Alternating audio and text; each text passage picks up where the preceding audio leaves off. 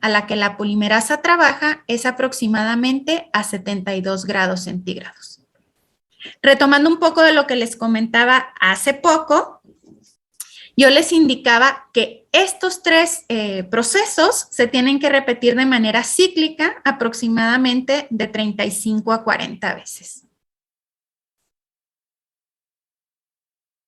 En la etapa de extensión, que es donde la DNA polimerasa va a sintetizar la nueva cadena, es importante tener muy claro cómo es que la polimerasa puede trabajar. Para que la polimerasa pueda llevar a cabo la síntesis de la nueva hebra, necesita forzosamente de la presencia del primer, porque el primer va a ser una secuencia que le va a proporcionar a la polimerasa algo que denominamos extremo 3'OH. Va a ser básicamente un grupo funcional hidroxilo que está en el carbono 3 del azúcar, del nucleótido, del cebador saliente, y eso es lo que le permitiría a la polimerasa empezar a incorporar nucleótidos uno tras otro. De manera que el cebador es tan importante que si no está presente, así yo tenga todos los demás elementos de la PCR, la amplificación no se va a poder llevar a cabo.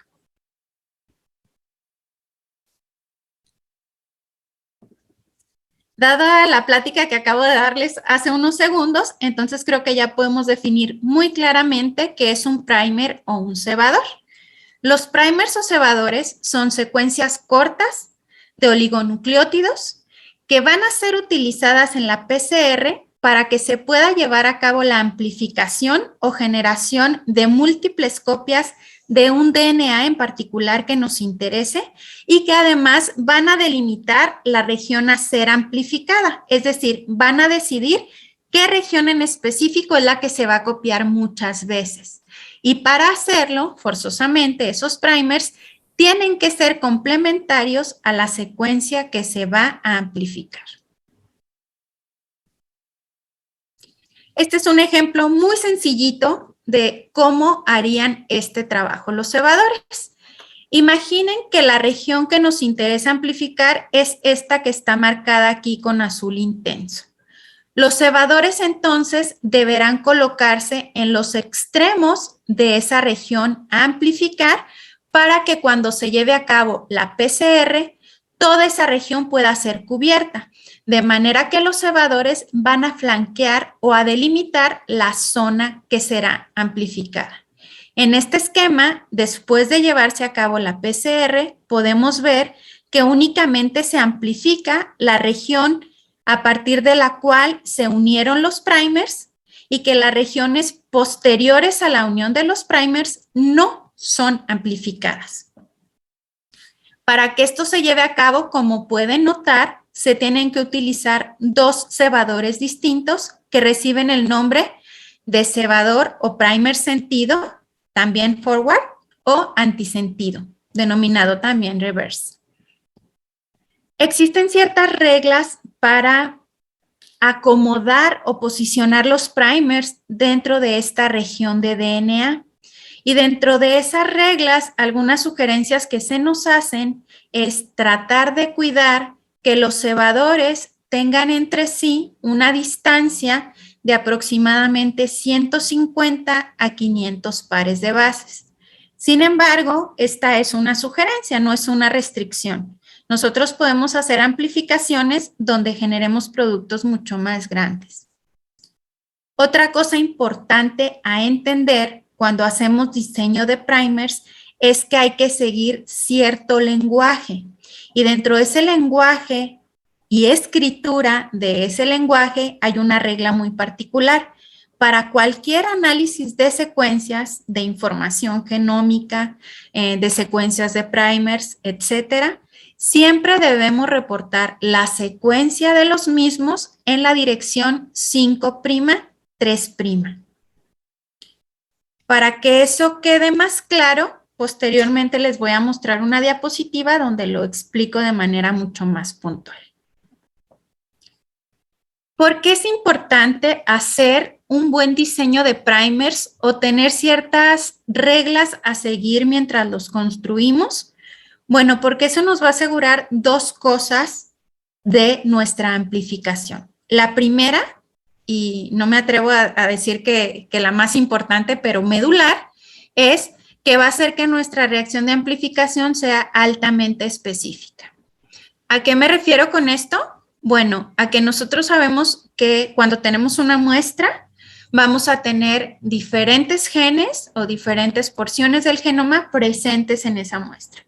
Y la PCR normalmente nosotros la utilizamos para que nos permita detectar una región de ese genoma en específico o regiones de otros genomas. Voy a dar un ejemplo.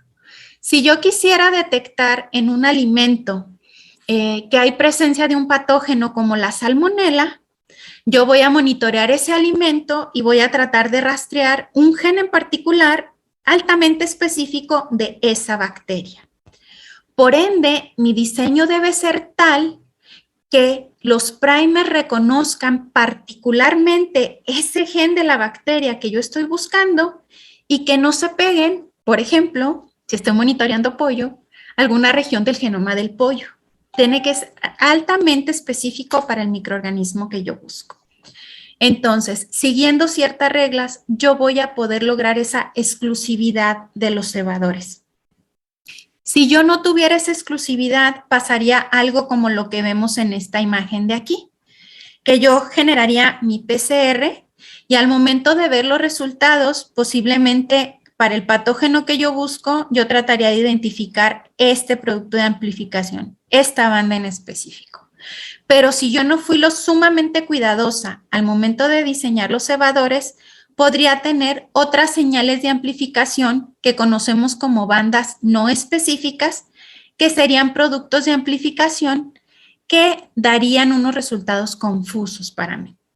Entonces, los criterios que vamos a ver ahorita nos van a permitir asegurar esa especificidad. Y lo siguiente es que también nos van a permitir asegurar la eficiencia de la reacción. ¿A qué se refiere eso? Pues a que si yo diseño bien los primers, puedo tener la certeza de que por cada ciclo de amplificación yo voy a duplicar la cantidad de material genético. Si mi diseño no es bueno, no voy a lograr ese comportamiento 2 a la n de cada ciclo. Y eso comprometería la calidad de mi corrida porque no podría lograr producir la suficiente cantidad de amplicón o producto de amplificación que necesito. No quiero obviar términos. Cuando hablo de amplificación o producto de PCR o producto de amplificación, estoy hablando de lo mismo. Veo algunos comentarios de chat. No sé si por favor alguien pudiera abrir su micrófono e indicarme si hay dudas particulares. Me parece que es solo recordatorio para preguntas, ¿verdad? Muy bien.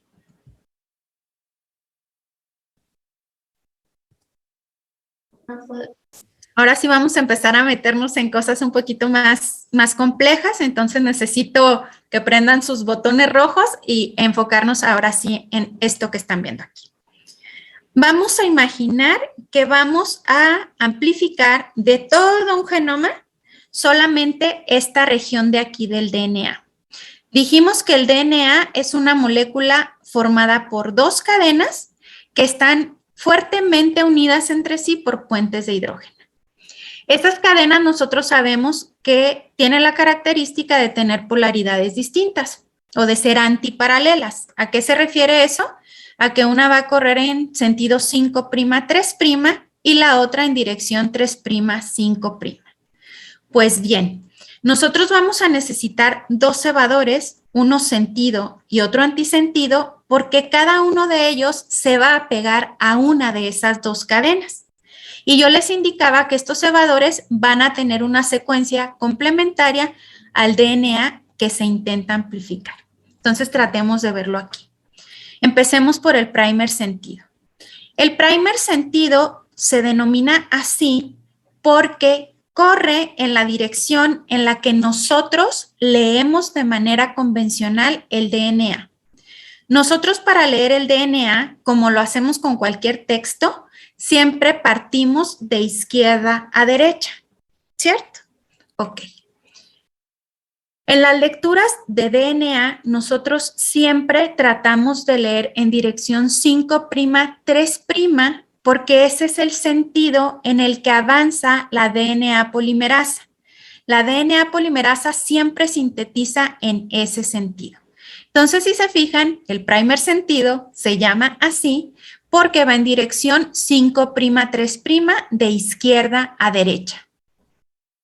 Por ende, este primer va a ser complementario en nuestro DNA a la cadena 3', 5', de manera que la secuencia del primer sentido es complementaria a esta región. Entonces, hay que observarla para que puedan validar lo que les estoy diciendo. Por otro lado, el primer antisentido se denomina así porque se lee en sentido inverso a como nosotros estamos acostumbrados a leer. Para poder leer la secuencia de ese cebador en sentido 5', 3', yo tendría que leer al revés de como normalmente leo. En lugar de ver la secuencia de izquierda a derecha, para el primer antisentido tendría que hacerlo de derecha a izquierda. Este primer antisentido entonces también se unirá por la región 3', 5', pero leyéndola al revés. Entonces, modificando lo que acabo de decir, yo podría decir que el primer antisentido se uniría a la hebra 5', 3', en el sentido normal de lectura que yo leo, ¿cierto? Y si observan la secuencia, esta secuencia entonces sería complementaria justamente a esta cadena 5', 3', donde hay una guanina aquí, hibridaría con una citosina acá, esta citosina con la guanina y así sucesivamente. ¿Quedó clara esta explicación?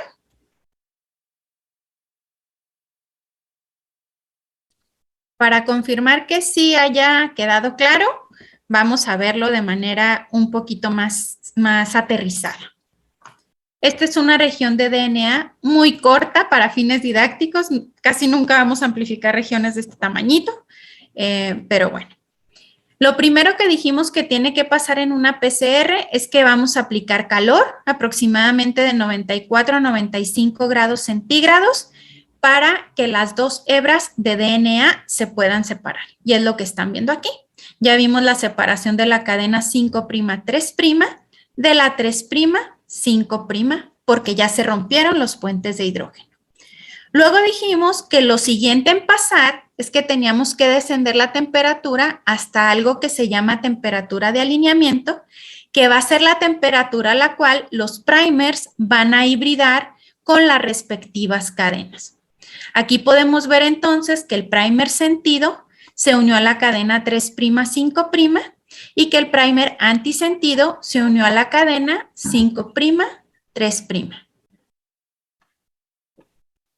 Posteriormente, dijimos que en la PCR tiene que incrementarse la temperatura hasta 72 grados para que la enzima estrella de esta reacción, que se llama DNA polimerasa, pueda, a partir del extremo 3' que le proporcionó cada cebador, empezar a sintetizar. Si este es el extremo 3' de este cebador, entonces la polimerasa va a empezar a avanzar hacia allá, como lo observan en esta flecha. Y en el caso contrario, como el extremo 3' está aquí, la polimerasa avanzaría hacia esta dirección, como lo indica la siguiente flecha. Muy bien. Ahora, algo importante a notar es que aunque yo aquí, por fines de lectura, vería la secuencia de ambos cebadores de izquierda a derecha, en el caso de secuencias de DNA, nosotros ya dijimos que siempre tenemos que reportar las secuencias y por ende leerlas en dirección 5', 3'. Por ende, si yo veo la secuencia del primer sentido, sería idéntica a como está reportado aquí, porque yo leo de izquierda a derecha. Es la misma. Pero en el caso del primer antisentido, yo no veo la secuencia aquí o no la leo idéntica a como la estoy viendo acá. Y eso se debe a que yo debo acomodarla en sentido 5' a 3'. Por ende, tendría que empezar a avanzar de derecha a izquierda para la lectura. C, G, G, G, A, G, etcétera, que es lo que están viendo aquí.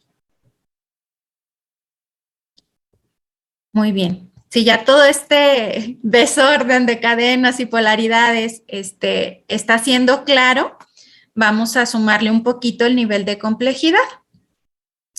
Resulta que en las bases de datos de información genómica jamás voy a encontrar cosas tan hermosas como estas en las que me faciliten la vida mostrando las 2 hebras de DNA. Eso no pasa.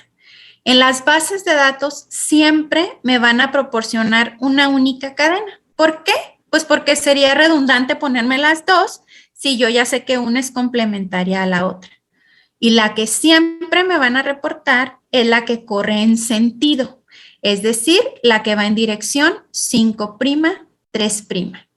De manera que de estas 2 hebras de DNA que estoy viendo aquí, en una base de datos yo no vería esta y la que me reportaría a la base de datos sería esta. ¿Ok? Entonces, si tengo claro eso, debo de saber que tengo que encontrar alguna manera de poder ubicar mis primers en una única cadena, porque lo acabamos de aprender en la diapositiva anterior teniendo las 2. Partiendo de ese hecho, entonces hay que observar una primer cosa. Si yo veo al primer sentido aquí y veo dónde se pega, yo voy a poder darme cuenta que esta región del primer es una secuencia que en realidad está presente en la cadena sentido, que es la que me da la base de datos. Esta región de aquí es idéntica a esta de acá. De manera que si yo tengo la secuencia de mi primer sentido y tengo la cadena 5', 3', que me da una base de datos, yo solo busco dentro de esa secuencia la secuencia de mi primer y fácilmente lo voy a poder posicionar. Entonces ya no necesito la 3', 5' y solo me quedo con esta. Pero tengo un inconveniente. Si soy observadora en el caso del primer antisentido, su secuencia no es idéntica a la secuencia que yo podría obtener de mi DNA blanco en una base de datos. De hecho, aquí yo le estoy leyendo de esta forma, pero yo les había dicho que la secuencia siempre la vamos a tener en un orden reverso, porque tenemos que tener siempre la lectura en 5', 3'. ¿Qué puedo hacer entonces para dar con esta secuencia? Bueno, lo primero que voy a hacer es tratar de sacar el complementario, porque recuerden que yo tengo que encontrar dónde se pegará este primer en esta cadena y dijimos que esta cadena es complementaria al cebador. Y lo trato de hacer. ¿Cómo lo voy a hacer? Pues base por base. Si el primer empieza con citosina, voy a buscar el complementario que es guanina. Si lo que sigue es una guanina, el complementario es citosina y así sucesivamente hasta que identifico todo el complementario de mi secuencia. Si yo tengo esa secuencia aquí y trato de encontrarla acá, en la forma en la que yo leo, no lo voy a hacer porque hay que recordar que el primer está en la lectura de manera inversa a cómo se pega aquí. Entonces, ¿qué es lo último que tendría que hacer? Esta secuencia complementaria que ya saqué, la tengo que invertir para tener algo que se llama complementario reverso. ¿En qué consiste? Nada más en poner lo que tengo a la derecha hacia la izquierda y lo que tengo a la izquierda a la derecha. Si este es mi primer, lo voy a cambiar de posición. De manera que si terminaba en una citosina, voy a poner esa base ahora como inicial. Sigue una citosina, la pongo enseguida. una adenina, la acomodo después. Una vez que ya tengo el complementario reverso de mi primer, ya puedo identificarlo dentro del DNA. Por favor, observen la secuencia. Y esa secuencia es justamente esta que estamos viendo aquí. De manera que yo ya podría saber, a través de una única cadena de mi DNA blanco, dónde se pegaría el primer sentido y dónde se pegaría el primer antisentido. Y esto parece muy rudimentario, porque yo estoy partiendo de algo manual. Yo les estoy dando bases, les estoy invitando a pensar en cuál sería la complementaria y luego todavía les estoy invitando a invertir orden de las bases. La verdad de las cosas es que sacar complementarios reversos es algo mucho más simple que eso. Si yo no quisiera complicarme la vida, ya hay muchas bases de datos y muchos programitas libres que yo puedo usar. Dentro de las hojas que les di, había una página que permite sacar el complementario reverso. Espero que la hayan visto por ahí. Si ese es el caso, entonces solo hay que copiar la secuencia del primer que les voy a colocar en el chat.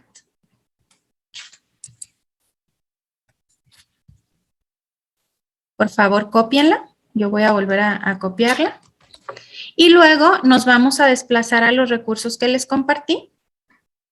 Y dentro de los recursos debieron haber visto uno que se llama complementario reverso. Dentro de ese recurso, lo único que tengo que hacer es pegar la secuencia a la cual yo quiero que se le estime el complementario reverso. Y doy clic en la opción correspondiente. Complementario reverso. Y me lo va a arrojar de manera automática a la plataforma. Entonces, ya teniendo el complementario reverso, puedo hacer exactamente el ejercicio que acabo de hacer sin necesidad de quebrarme la cabeza. ¿Pudieron hacer lo que acabo de mostrar?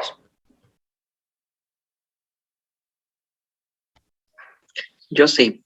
Muy bien.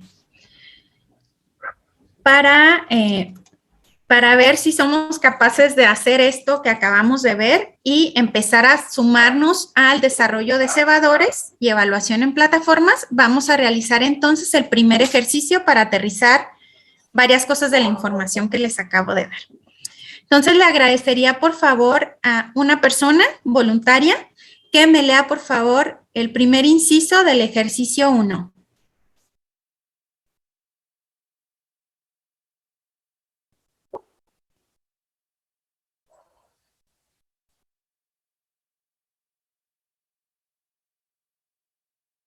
Bueno, básicamente en la primera parte del ejercicio 1, lo que tenemos que hacer es buscar una secuencia a la cual vamos a desear amplificar, ¿ok?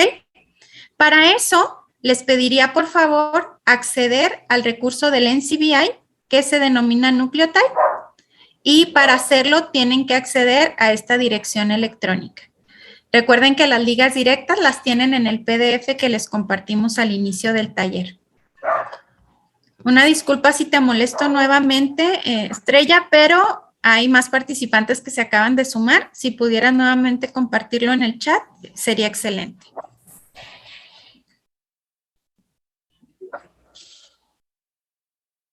Muy bien. Básicamente, la plataforma los tendría que llevar aquí. Esa liga los conduciría aquí. Estamos dentro del repositorio de información genética y genómica del NCBI y dentro de todas las opciones que ofrece el NCBI existe una que se llama Nucleotide. En este repositorio están concentradas todas las secuencias de información genómica que los profesores, investigadores cargan para ser de dominio público.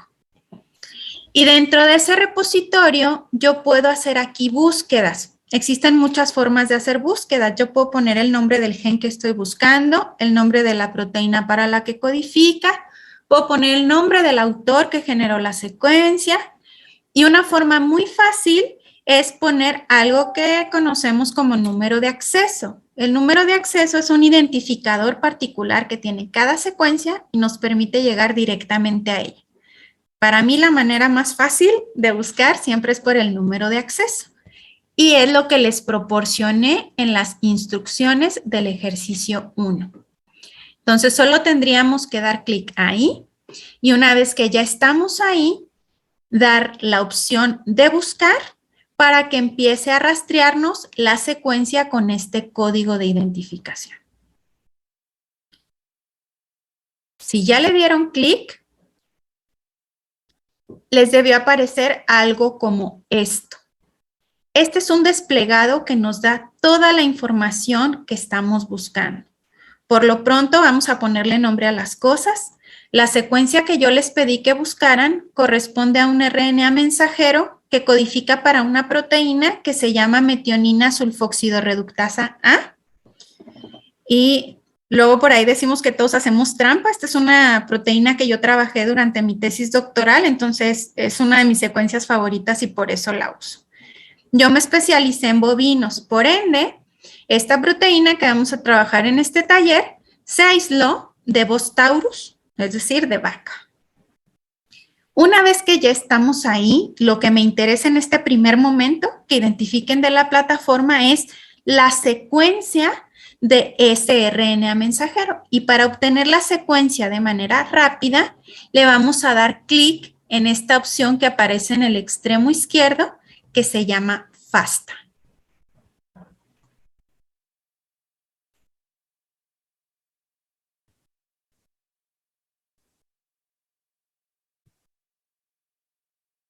Una vez que dieron clic en el formato FASTA, debieron haber recibido información como esta que están viendo en pantalla. Un formato FASTA es un formato donde yo voy a tener la secuencia nucleotídica que estoy buscando sin interrupciones, es decir, una base tras otra, porque a veces yo puedo obtener esta misma información numerada. En este caso no es así. Entonces la obtengo, digamos que en un formato virgen. Lo primero que distingue a un formato FASTA es que va a haber un signo de mayor que, después va a haber el número de acceso o el ID de la secuencia y posteriormente la descripción que me diga de qué se trata. Nosotros, para fines del ejercicio, no necesitamos esta primera parte descriptiva. Lo único que requerimos es la secuencia que codifica para la proteína.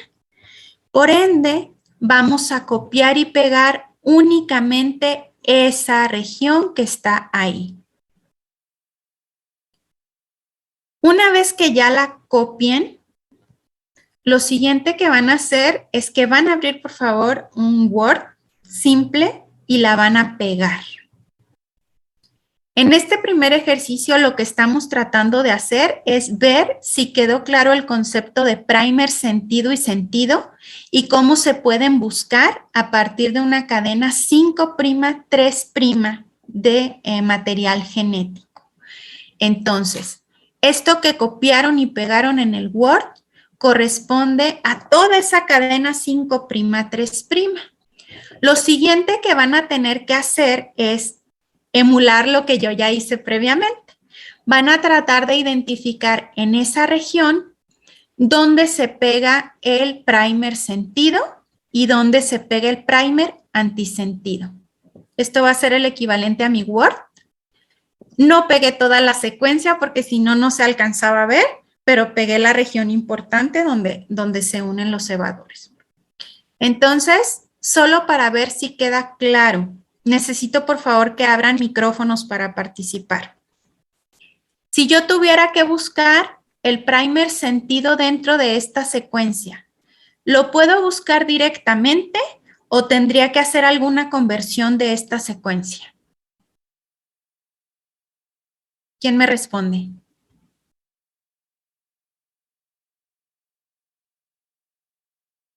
¿Seré mala persona? A ver, María Fernanda, ¿estás por ahí?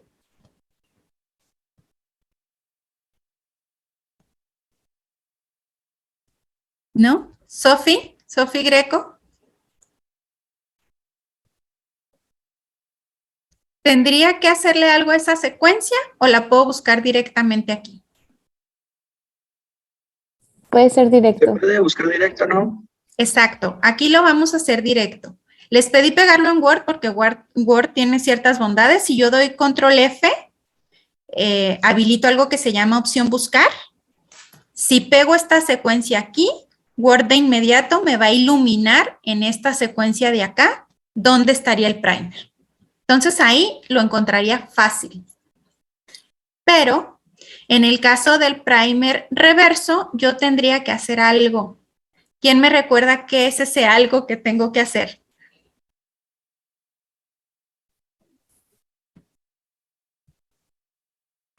Escribirlas de derecha a izquierda, ¿no? En este caso, como aquí tenemos timina, pues empezar a escribirla al revés. En este caso, si tenemos timina, pues empezar en un orden inverso. Muy bien. Fernanda nos comentaba que hay que sacar el complementario de la secuencia y luego cambiarle la orientación, y a ese proceso se le llama sacar el complemento reverso, y el complemento reverso es lo que vamos a poder buscar dentro de esta secuencia. Para hacerlo, para buscar el complemento reverso, entonces tendríamos que acceder nuevamente a la liga de complemento reverso que está en sus recursos del taller, meter la secuencia del cebador y estimar el complemento reverso. ¿Quedó claro qué es lo que tienen que hacer?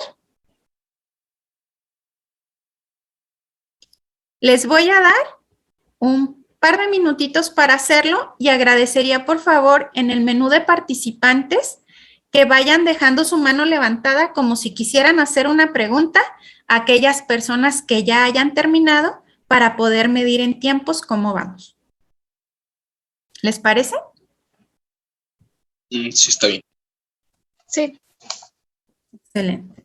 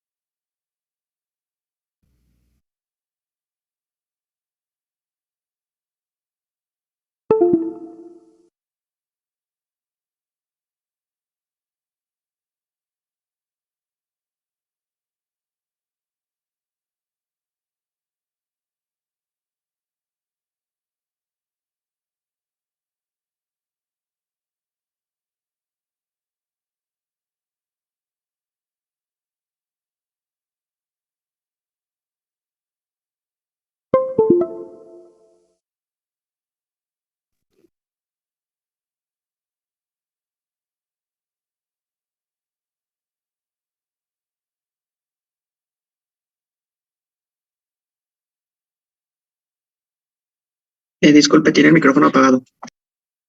Ay, te agradezco. Estoy tratando de emular aquí en el Word básicamente lo que ustedes van a hacer.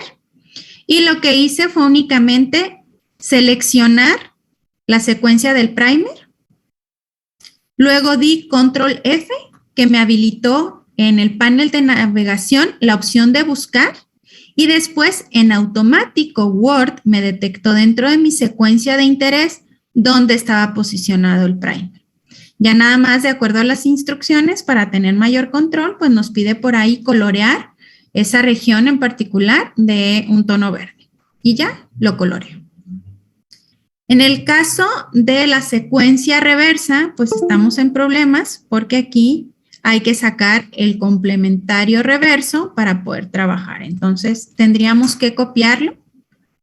Después de ahí deberíamos migrar a la plataforma de complemento reverso. Pegar ahora esta nueva secuencia. Pedirle que me dé el complemento reverso. Y una vez que lo tengo, lo copio. Me regreso a mi Word. Y ahora le voy a pedir al panel de navegación que busque esta nueva secuencia, el complemento reverso. Y ya lo hace. Me sitúa ese complemento reverso aquí. Me regreso a la secuencia virgen para que lo vean acá. Y ya puedo detectar dónde se pegó el cebador. Y eso lo coloreo de rosa para ubicarlo también.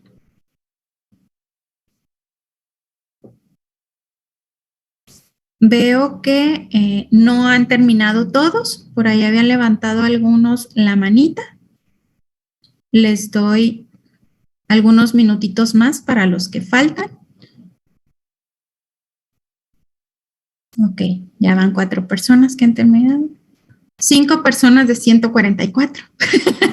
Ya casi terminamos.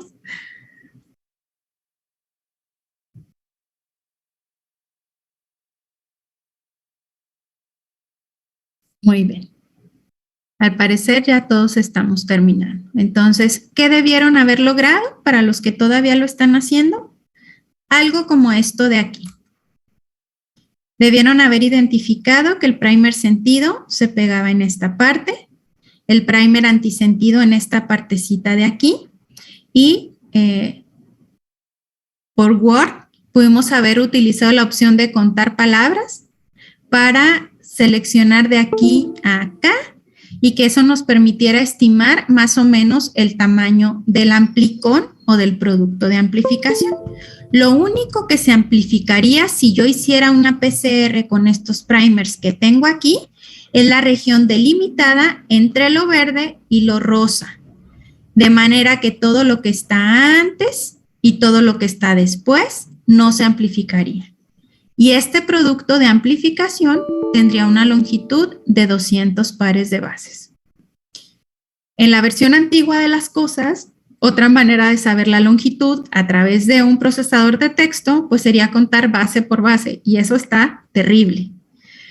Existen herramientas más simples por las que podemos hacer búsqueda de información mucho más específica sin necesidad de hacer esto que yo les puse a hacer a la antigüita. Dentro de esas plataformas está una que es Primer Blast. Primer Blast, nosotros podemos acceder a ella a través de una liga o dirección electrónica que les puse en su documento, pero también puedo acceder a ella a través de la secuencia que yo ya busqué. Entonces lo vamos a hacer de la manera fácil. Como ya cerramos la etapa anterior del ejercicio, agradecería mucho si quieren bajar ya su mano. Ya me quedó claro que varios pudieron lograr el ejercicio súper bien. Por si alguien levantara la mano ahora sí por una pregunta, poderlo identificar. Raúl López, ¿tienes alguna duda? No, es que se levantó sola. Súper, gracias. Ok. Si recuerdan esta pantalla la obtuvimos cuando entraron al NCBI, a la opción de Nucleotide y pusieron el código de identificación que yo les di y le dieron clic al formato FASTA. ¿Lo recuerdan? Muy bien. En esa pestaña, en el menú derecho, aparece algo que se llama Pick Primers. Esta opción nos permite diseñar primers o evaluar primers que nosotros ya tengamos hechos. Si le damos clic aquí, eso nos va a dirigir a la opción de Primer Blast. Es un acceso directo. Pero otra forma de acceder es con la liga que les proporcioné en la opción de recursos, en la tabla que tienen. Entonces los invitaría por favor a partir de aquí, darle clic para que puedan acceder al recurso y aparecerá algo como esto. Como accedimos directamente de la secuencia, la plataforma ya detecta que el DNA blanco o template que yo quiero utilizar, pues es la secuencia de la cual le dije que quería hacer primers. Entonces, si se fijan aquí, ya me registra directamente el número de la secuencia, que es el equivalente a haber pegado ahí la secuencia del DNA. Si yo entrara directamente de la liga Primer Blast sin haber accedido directamente de una secuencia que yo busqué, lo primero que tendría que hacer sería llenar este recuadro con el código de identificación de la secuencia que yo quiero analizar, o bien podría copiar y pegar el formato FASTA. Ahora lo que voy a hacer es, como yo ya les di 2 primers y solo queríamos saber dónde se pega y en qué posiciones, vamos a decirle a la plataforma que nosotros ya tenemos nuestros propios primers y queremos que nos los evalúe. Para eso entonces voy a pegar en el primer recuadro la secuencia del primer sentido y en el segundo recuadro la secuencia del primer antisentido. Posterior a eso voy a dar scroll down, voy a descender y a descender y a descender en la página hasta llegar a la opción que les estoy mostrando aquí. Es en lo que termina la página. Hay algo que tenemos que verificar. Yo les dije que la secuencia que estamos utilizando es una secuencia de Bostaurus, de bovinos. Existe un código numérico para cada tipo de organismo y el código numérico de Bostaurus es 9913. Por default, la plataforma debió ponerles este número aquí debido a que nuestra secuencia ya estaba catalogada como una secuencia de bovino. ¿Les apareció esto? Sí. Muy bien. Ya Sí. que corroboramos que sí está correcto el organismo, que sí les apareció, mi siguiente sugerencia es palomear esto de aquí, que les muestre el resultado del análisis en otra pestaña. ¿Por qué? Porque cuando trabajamos con informática o con plataformas, luego nos perdemos en lo que andamos haciendo y esto nos permitiría conservar esta primer página y generar una segunda para mostrar el resultado. Ya que pestañeen aquí, por favor, dan clic en la opción de Get Primers y la página va a empezar a procesar. Eso normalmente toma algunos segundos. Les va a empezar a dar por ahí un cronómetro y va a empezar así como a indicarles que está procesando la plataforma. Yo por cuestiones de tiempo, la verdad es que por eso traigo los screenshots para poder avanzar un poquito más. Y el resultado que les debería de arrojar es este. Voy a poner así como una alerta por lo pronto para que noten algo que les está arrojando la plataforma. La plataforma ahorita, con la forma en la que yo les pedí que generaran los primers, les está indicando que nos va a dar resultados, pero que esos resultados no son específicos de secuencia. ¿Qué significa eso? Que estos primers que yo le di, aparentemente la plataforma me está diciendo que se podrían pegar a otras cosas. ¿Sí? Vamos a dejarlo como un asterisco o algo que tenemos que regresar a revisar después. Y van a dar scroll down también, a descender un poquito en sus resultados hasta que lleguen a esta sección de aquí. Cuando les dé los primers, si ustedes le dan clic aquí, les va a dar información detallada de los primers y también si descienden, van a llegar a esta tabla. Si se fijan, esta tabla de manera automática, sin que yo tuviera que generar ningún Word, ya me está diciendo que el producto de amplificación utilizando los primers que yo di sería de una longitud de 200 pares de bases. Y también me está indicando en mi secuencia template, en mi DNA, que yo quiero amplificar, en qué posiciones en específico se pegaría cada uno de los primers. Me está diciendo que el primer sentido se pegaría de la posición 115 a la 135 de mi DNA y que el segundo primer o el primer reverso se pegaría de las posiciones 293 a la 314. ¿Por qué me da la numeración invertida? Por este cambio de secuencia o de polaridad en la secuencia que siempre debemos hacer. ¿Obtuvieron algo similar a lo que les estoy nombrando o mostrando aquí? Sí. Muy bien. Sí. ¿Qué otra información me da? Pues incluso me está dando la longitud de cada cebador. Muy bien. Esto lo vamos a ver más adelante, no se preocupen. Pero ahora quiero que noten otra cosa. Además de decirme que mi primer se va a pegar a la secuencia que yo quiero, porque este es el código que corresponde al DNA blanco que yo le dije, la plataforma me marcó una alerta, ¿lo recuerdan? Y esa alerta me decía que mis primers se podían pegar a otras cosas. Bueno, después de mi secuencia, me va a mostrar a qué otras cosas se podía pegar. Y me está diciendo que se va a pegar a varias regiones de secuencias predichas. Entonces, quiero explicarles qué es eso. En la plataforma del NCBI, en la opción Nucleotide, yo les dije que se cargan todas las secuencias que grupos de investigación de todas partes suben a ese repositorio, lo cual implica que muchas de las secuencias que están cargadas ahí son secuencias que se han obtenido a través de análisis bioinformático o de biocómputo. De manera que son secuencias que se predice pudieran corresponder a la metionina sulfóxido reductasa A. Sin embargo, pudieran o no pudieran ser reales. Entonces, dejé que esto pasara para que ustedes sepan que cuando nosotros hacemos un diseño de primers, tenemos que hacer limpieza. Limpieza de qué información voy a dar en mis criterios de búsqueda, porque si no limpio, me van a aparecer este tipo de señales. Ahora, otro comentario que quiero hacer es que existen varias herramientas para análisis y diseño de primers.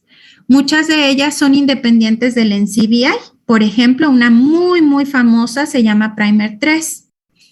Pero la desventaja que tienen esas plataformas es que únicamente van a buscar si mis primers se pegan a mi secuencia blanco, sin indicarme si se pueden pegar a otras regiones del genoma. Y esta es una ventaja que ofrece el Primer Blast del NCBI. Como el Primer Blast del NCBI tiene todo el repositorio de todas las secuencias reportadas, me va a cotejar las secuencias de mi primer con todo lo que él tiene en la base de datos. De manera que Primer Blast me ayuda a trabajar en esta etapa de diseño tan importante que se llama especificidad. ¿Ok?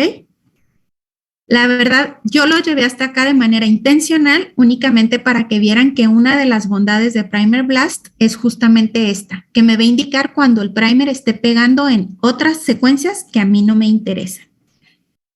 Otra cosa padre de comentar de Primer Blast para venderlo, para que lo quieran usar, es que en realidad Primer Blast hace uso de la interfase de Primer 3. Entonces, en realidad fusiona las bondades de Primer 3 y de Nucleotide y del repositorio del NCBI para el diseño de primers. ¿Cómo puedo asegurarme de eliminar las secuencias predichas del análisis? Si yo ya les dije que en realidad las secuencias predichas ni siquiera tenemos la certeza de si existen o no existen realmente. Bueno, para eso tendríamos que regresar a la pestaña que les pedí que dejaran de criterios de búsqueda de los primers y en la parte final donde yo verifiqué el organismo y les pedí que checaran que era Bos taurus, ahí les aparecen dos opciones a pestañear. Y la primera de ellas es que me da la opción de decirle al buscador, ¿sabes qué? Cuando tú vayas a mandar mis primers para analizarlos, excluye del análisis todas aquellas secuencias que sean predichas, porque no estamos seguros si existen. Quítalas de ahí. Incluso también le podría dar la opción de que me excluya aquellas muestras que vengan de medio ambiente o que vengan de microorganismos que no se puedan cultivar. Como en este caso yo estoy trabajando un gen de una vaca, esto no es necesario que yo lo palomee. Pero les pediría, por favor, entonces, palomear esto de aquí. Después de palomear esto de aquí, igual, volvamos a palomear que nos muestre los resultados en una nueva pestaña para que puedan cotejar lo nuevo que va a pasar con lo que obtuvieron anteriormente y posteriormente le dan clic en la opción de obtener primers. Nuevamente va a tardar algunos minutitos en procesar la plataforma. Bueno, en realidad va a ser cuestión de segundos porque para este ensayo buscamos secuencias muy fáciles que no les robaran mucho tiempo. Y una vez que lo hagan, van a obtener este resultado y les vuelvo a encerrar la región donde nos habla de especificidad de los primers y ahora si se fijan, la alerta cambió. Y lo que me está diciendo es, muy bien, ahora lo que yo veo aquí es que tus primers son específicos para la secuencia que me estás metiendo. ¿Por qué? Porque yo ya quité todas las secuencias predichas. Entonces, corroboré la especificidad de mis cebadores. ¿Ok? ¿Hasta ahí todo bien? ¿Todos pudieron seguirme?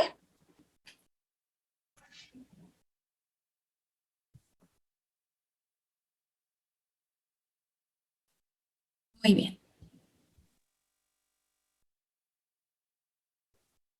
Si yo doy scroll down, si desciendo sobre esos cebadores, ahora voy a encontrar que la única secuencia con la que hibrida es la que yo quería y me va a repetir los parámetros que ya había analizado anteriormente.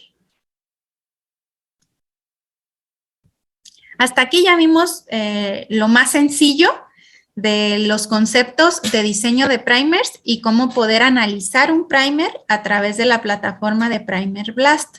Sin embargo, no hemos visto lo más importante, que son los requerimientos para el diseño adecuado de los cebadores. Entonces, vamos a platicarlo rápidamente.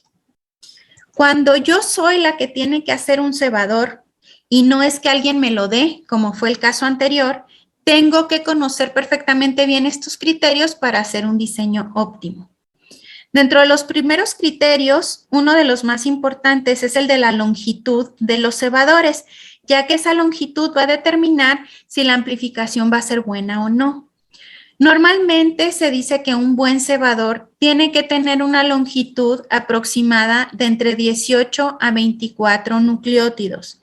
Sin embargo, muchachos, la verdad es que esto es sumamente relativo. Encontrarán bibliografía donde les indiquen que la longitud puede ir hasta 30 nucleótidos, pero incluso dependiendo del experimento hay cebadores que exceden los 40 o a veces llegan a 60 nucleótidos.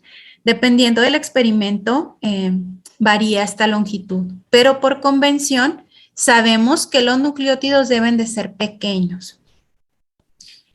Si yo hago un cebador con una longitud menor a esta, digamos que yo voy a hacer que ese cebador sea menos restrictivo al momento de pegarse, porque como el genoma en realidad es una variación de letras, entre más chiquitos el primer, más probable es que ese repetido o esa variación de letras de mi cebador se repita en el genoma y por tanto el primer se pueda pegar varias veces. Y si ese es el caso, entonces aunque yo voy a obtener mi amplicón, voy a obtener bandas inespecíficas que significan que el primer se estuvo pegando a otros lados del genoma. Caso contrario, si yo hiciera un primer muy grande, el problema que ocurriría ahí es que en los tiempos en que se lleva a cabo la PCR, estos tiempos serían insuficientes para que pudiera pegarse y luego despegarse y luego volverse a pegar de manera completa el cebador y por ende tendría una tasa de hibridación y de amplificación baja. Dentro de las recomendaciones también se sugiere que el primer inicie y termine con una o dos bases púricas, es decir, con guaninas o adeninas. Cuando hablamos de secuencias de DNA, tener en consideración el contenido de guanina y citosina es muy importante, porque finalmente los procesos de amplificación radican en qué tan eficientemente un primer se pega a una plantilla y luego se despega y se vuelve a pegar. Y estas interacciones de esos dos DNAs monocatenarios va a depender en gran medida de la cantidad de guaninas y citosinas que tengan ambas regiones. ¿Por qué? Pues porque las guaninas y citosinas, a diferencia de las timinas y adeninas, para unirse y formar doble cadena, generan 3 puentes de hidrógeno. Por ende, hacen las interacciones más fuertes y más estables. De ahí que el contenido de guanina y citosina que tenga nuestro primer es muy importante. Se dice que un contenido de 40 a 60% de guaninas y citosinas en nuestro cebador es lo que va a asegurar que él pueda llegar y pegarse de manera correcta y firme sobre el DNA plantilla al que se tiene que anclar. Entonces, una vez que tenemos claro que este porcentaje de guaninas y citosinas es alto, también tenemos que tener en consideración que esta triple formación de puentes de hidrógeno es útil también para proveerle a la DNA polimerasa el extremo 3' OH que necesita. Entre más estable sea esta unión del cebador en el extremo 3' con el DNA, más fácil va a ser que la DNA polimerasa pueda empezar a sintetizar las nuevas cadenas. Por eso existe un concepto que se llama pinza de guaninas citosinas en el extremo 3' del primer. ¿A qué se refiere eso? A que si yo voy a tener un primer de una longitud de 20 nucleótidos, yo debo cuidar mucho los últimos 5 que están en el extremo 3' OH. En esos últimos 5 nucleótidos, yo me debo asegurar de proveer guaninas o citosinas para que generen triples puentes de hidrógeno y que eso haga que aquí haya una interacción fuerte. Pero no me debo emocionar. Aquí aplica la regla de ni muy, ni tan. Porque si en esas 5 bases se pusieran 5 guaninas y citosinas, voy a hacer que esta interacción sea tan fuerte que cuando se tenga que despegar el primer no se pueda despegar de manera adecuada. Por ende, se dice que en estas 5 posiciones lo ideal es que haya de 2 a 3 guaninas o citosinas y que debo de cuidar muchísimo que no sean 5 jamás. ¿Ok?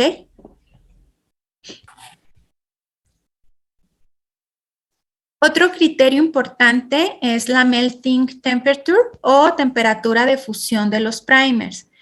Esta temperatura nos habla o nos indica la temperatura a la cual la mitad de los primers van a estar pegados con nuestro DNA y la mitad de los primers van a estar libres o como cadena simple. Esa temperatura es muy importante para los parámetros de diseños de primers. Como cada cebador tiene una secuencia diferente, cada uno va a tener una temperatura de fusión distinta.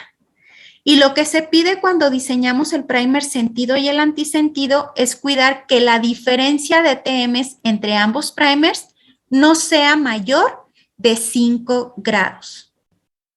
Por ahí, si quieren tomar nota, vayan apuntando estos datos en particular, porque ahorita ustedes van a tener que diseñar primers y van a tener que tener todo esto en consideración.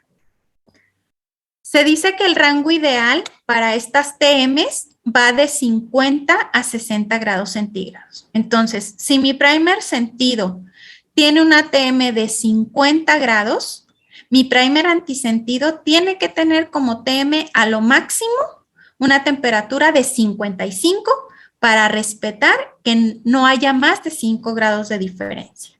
¿Ok? ¿Cómo se calcula la TM? Bueno, por cada par de guaninas y citosinas que haya entre mi primer y el DNA al que se va a pegar, se cuentan 4 grados centígrados. Y por cada adenina o timina se suman 2 grados centígrados. De manera que yo puedo contar todas las guaninas que hay en mi primer y citosinas y eso multiplicarlo por 4 y luego sumarle el número de adeninas o timinas y multiplicarlo por 2. Y así yo tendría la TM. Ni se estresen, no empiecen a sacar calculadoras porque los programas que nosotros usamos ya nos calculan la TM de manera automática. Las TMs de los primers son muy importantes porque se relacionan de manera estrecha con la temperatura de alineamiento, que si recuerdan es la temperatura a la cual los primers van a llegar a pegarse al DNA para que se lleve a cabo el proceso de amplificación. Sabemos por convención que normalmente la temperatura de alineamiento de una PCR va a estar por debajo aproximadamente de 5 grados centígrados del ATM promedio de los dos primers. Y existen fórmulas para calcular la temperatura de alineamiento a partir del ATM de los cebadores y del producto de amplificación. Pero la verdad de las cosas es que normalmente esta temperatura de alineamiento la determinamos experimentalmente a partir de algo que se llama gradientes de la temperatura de alineamiento en cinéticas de amplificación. Cuando tenemos unas temperaturas de alineamiento altas en la PCR, eso va a hacer que esta sea muy restrictiva, porque eso indica que vamos a evitar que se pegue cualquier cosa con nuestro DNA blanco. Sin embargo, la cantidad del amplicón, como estamos siendo muy restrictivos, va a ser baja. Caso contrario a si tuviéramos una temperatura de alineamiento baja. Si la temperatura de alineamiento es baja, quitamos esa restricción y por ende es más fácil que los primers hibriden a cualquier otra región del genoma y no solo a la que nosotros queremos. Y por ende podríamos tener productos inespecíficos. Hasta aquí entonces ya vimos algunos criterios importantes: longitud del primer, contenido de guanina y citosina, en qué proporción tienen que estar las guaninas y citosinas presentes en el clamp GC o en la pincita del extremo 3' del primer. Platicamos de las TMs de los primers y nos falta hablar de algo muy importante que son las estructuras secundarias. Resulta que al ser los primers secuencias cortitas de oligonucleótidos, tienen la capacidad de poder interactuar entre ellas o consigo mismas, y a eso se le denomina estructuras secundarias. Dentro de las estructuras secundarias hay varias. Una de ellas es la formación de horquillas, que es esto que están viendo aquí. Imaginen que esto es un primer, pero que la secuencia del primer contiene dentro de sí regiones que pudieran ser complementarias entre sí mismas. Por ejemplo, que esta adenina de aquí pudiera ser complementaria con esta timina de acá. ¿Qué provocaría eso? Que el primer se pliegue sobre sí mismo y que por ende genere una horquilla que ya no va a poder interactuar con el DNA blanco con el que queríamos que lo hiciera.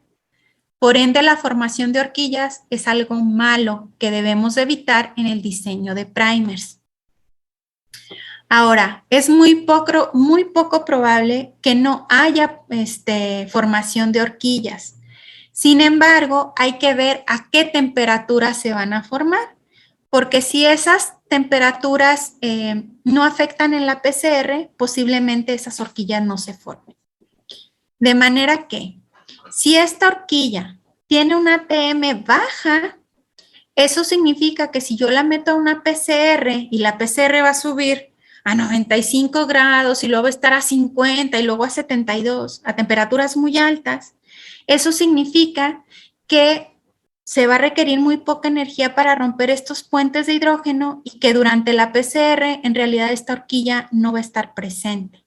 Entonces, cuando analicemos las estructuras secundarias de un cebador, hay que ver si la temperatura de las horquillas es baja, y si es baja, no hay problema, no afecta a nuestra PCR.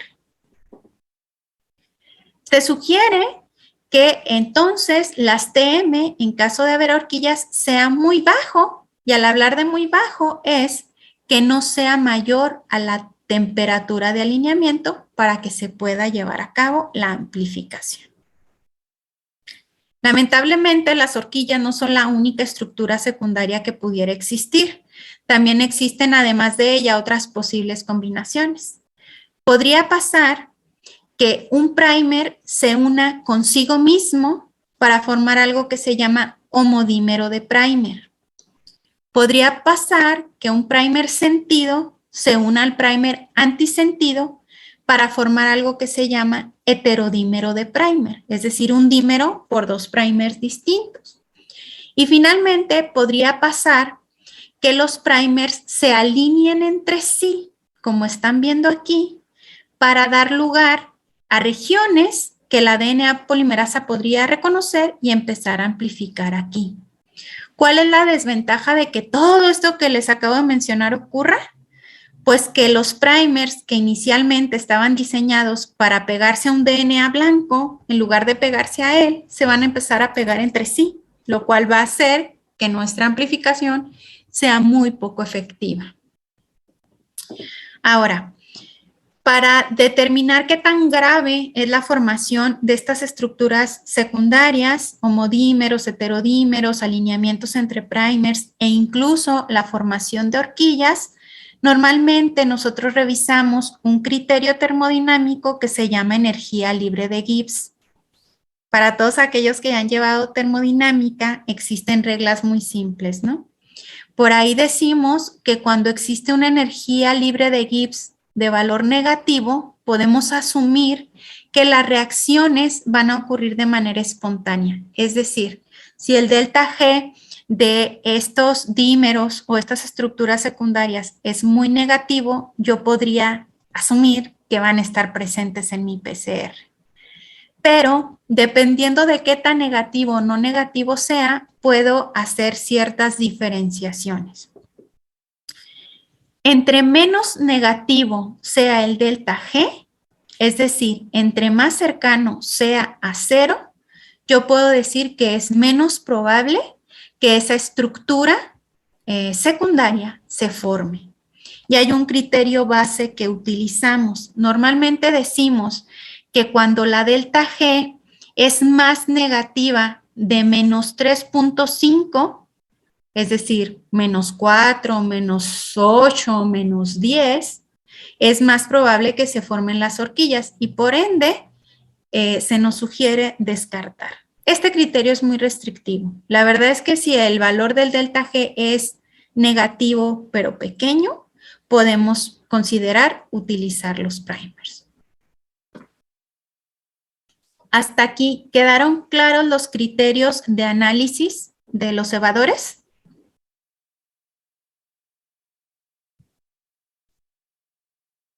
Muy bien, supongo que sí, entonces vamos a avanzar. Con confianza, si voy muy rápido, ustedes dictan la pauta. Otras cosas importantes a revisar es que dentro de la secuencia no haya repetidos excesivos. Y cuando hablamos de repetidos excesivos, normalmente estamos hablando de secuencias dinucleotídicas que se presenten de manera contigua. En este ejemplo, TA. Son dos nucleótidos que se están repitiendo varias veces. La recomendación es que dentro de la secuencia del primer no haya más de 4 repetidos juntos, porque eso va a provocar que haya alineamiento de los primers en regiones no específicas y por ende generación de productos no deseados. Algo más que se nos sugiere que no exista es algo que se denomina runs o corridas dentro de la secuencia. Y eso significa que no haya una única base repitiéndose muchas veces, no sé, una citosina 6 veces, C. Eso también puede conducir a estos mismos errores. Bueno, ya les di los criterios mínimos básicos para diseño de primers. Ya hasta me dolió la garganta, señal de que ahora toca que participen ustedes. Raúl, ¿tienes alguna duda? Sí. ¿Qué pasa si hay más de 4 nucleótidos juntos? Repetidos, pues. En el caso de los repetidos, el problema es justamente que como hay muchos repetidos dentro del genoma, Raúl, tal vez el primer podría pegarse a otras regiones que no son las que tú estás buscando y por ende obtener productos inespecíficos. Ok, gracias. Por nada. Muy bien. Pues vamos a empezar con el ejercicio 2. El ejercicio 2, dentro de su documento, les debe indicar que vamos a tratar de evaluar algunos primers y vamos a generar primers también. Y para eso vamos a partir nuevamente de la plataforma de Primer Blast, pero luego vamos a brincar a otra que se llama OligoAnalyzer. Si recuerdan, estas se las mencioné desde el principio y les pedí que generaran una cuenta. ¿Ya todos tienen su cuenta de OligoAnalyzer? ¿Ya podrían trabajar ahí?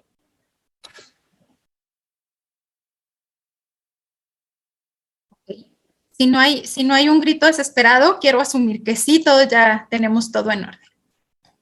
Entonces, fíjense bien, en este ejercicio, lo primero que se nos pide es que regresemos a la secuencia que habíamos trabajado y que tratemos de identificar qué longitud tiene.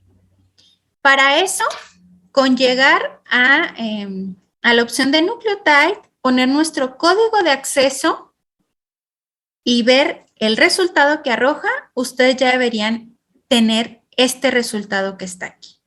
En la primera fila es lo primero que aparece. Nos va a indicar para nuestra secuencia que tiene una longitud completa de 1370 pares de bases. Sin embargo, muchachos, de toda esa secuencia, no toda la región va a dar lugar a la proteína. La región que va a dar lugar a la proteína es una región más corta y nosotros la conocemos como CDS o Coding Sequence. Para llegar al Coding Sequence, al CDS, no hay más que seguir dando scroll down, bajar y bajar en la página hasta que lleguen a una sección que se llama Features. Ahí van a observar algo que dice CDS. Cuando lleguen a CDS, les va a indicar que de esas 1370 pares de bases que tiene ese gen, la región que codifica para la proteína es aquella que está comprendida entre la posición 65 y la 766. Pero obviamente ustedes no se van a poner a contar base por base. La plataforma es muy amigable. Entonces, con darle clic en la opción de CDS, si le pican ahí, los va a mandar hasta acá abajo, donde les va a mostrar la secuencia que trabajamos ahorita desde el principio, pero les va a colorear con café lo que corresponde únicamente al CDS o región codificante. Las regiones codificantes que dan lugar a una proteína siempre empiezan con un codón de inicio y terminan con un codón de paro. El codón de inicio ya sabemos que es ATG, que codifica para metionina, y aquí pueden observarlo. Y el codón de paro, existen tres.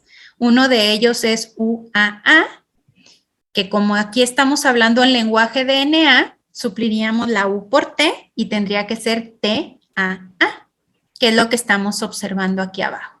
De esa manera yo ya corroboré que sí estoy trabajando con un coding sequence. Pero nosotros ya vimos que las plataformas, tener secuencias numéricas no es cool, no se estorba y que siempre es mejor tener un formato FASTA. Entonces, es tan fácil como irnos al extremo inferior derecho y lograr identificar la opción que dice FASTA. Cuando estemos ahí, por favor, le damos clic y eso nos va a llevar a la siguiente pestaña. La siguiente pestaña los llevaría aquí. Ya estamos teniendo un formato FASTA, lo sé porque empieza con mayor que, datos de la secuencia y me da una secuencia. Pero si son observadores, esta secuencia es mucho más cortita que la que trabajamos anteriormente. ¿Por qué? Pues porque aquí me lo está indicando la plataforma. Ahora solo me está arrojando desde la posición 65 hasta la 766, porque ahora voy a trabajar solo con la coding sequence o secuencia codificante. Hasta ahí, ¿ya todos tienen la secuencia?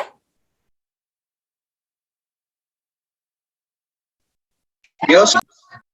Muy bien. No escucho ningún grito desgarrador de espéreme, maestra, espéreme, doctora. Entonces, vamos a avanzar.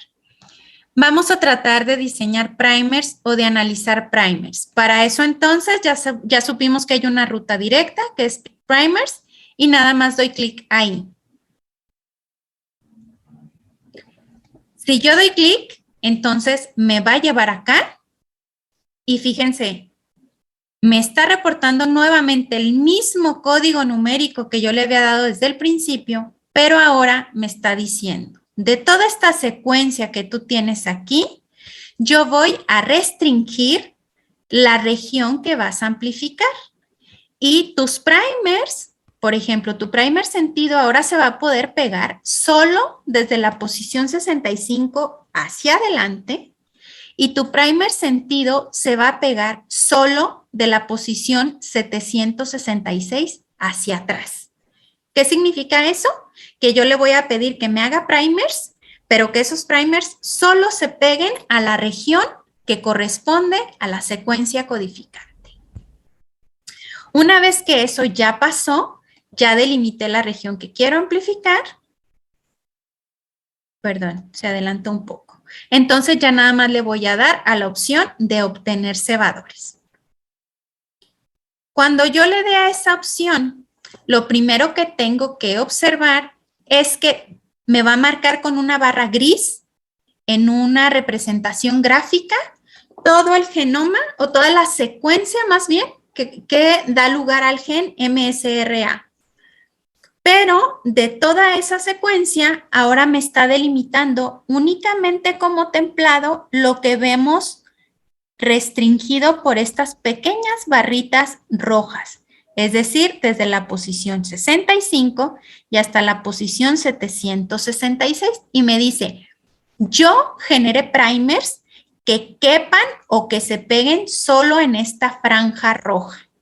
Y lo siguiente que hace es que me muestra todos los que hizo. Por default, la plataforma genera 10 juegos de primers, pero yo puedo cambiar el parámetro y pedirle menos o más. Ahorita nos fuimos con el criterio automático, por ende, ustedes ya pudieron generar juegos de primers distintos para amplificar la región que ustedes quieren.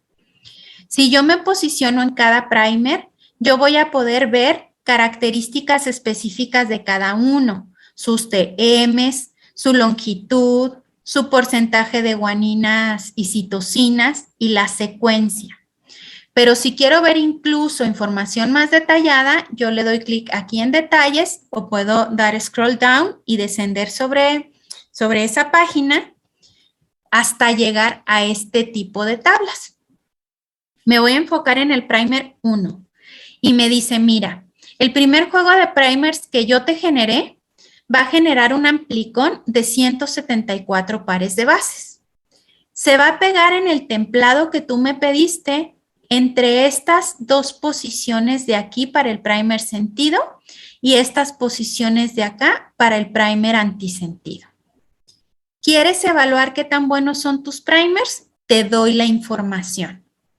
La TM de cada uno es esta y esta. Y entonces aquí vamos a hacer una pausa y quiero que ustedes me indiquen. ¿Las TMs son adecuadas y difieren entre sí lo que debería de ser o no?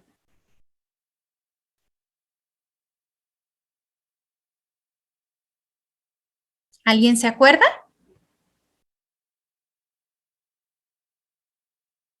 Ok, les recuerdo las reglas y luego me contestan, ¿va? Para las TMs dijimos que si no soy muy restrictivo, las mejores temperaturas deben de ir entre 50 y 60 grados. Pero dijimos que la TM de un primer respecto a otro no debe de tener una diferencia mayor a 5 grados centígrados. Entonces mi pregunta es, por criterio de TMs, ¿estos primers cumplen o no cumplen? Sí, apenas. Sí cumplen. Están dentro del rango y tienen una TM súper parecida. Entonces están excelentes. Siguiente criterio, longitud. Decíamos que los primers deben de ser entre 18 y 24 nucleótidos. ¿Cumple o no cumple? Sí. Sí cumple. Siguiente, contenido de guaninas y citosinas. Dijimos que el porcentaje adecuado es aproximadamente entre el 40 y el 60. Pues ambos están dentro de rango, ¿no? Y esta plataforma nos permite evaluar por medio de penalizaciones qué tantos homodímeros hay y qué tanto pueden unirse entre sí mismos por el extremo 3' cada uno de los primers. Entre más grande sea el número, significa que más penalizaciones tiene el primer. Entre menos tenga, significa que es menor. De manera que aquí podemos decir que ninguno de los primers se pega consigo mismo por el extremo 3', pero sí se pueden pegar entre sí por el otro extremo. ¿Ok? ¿Qué valores de estos son adecuados?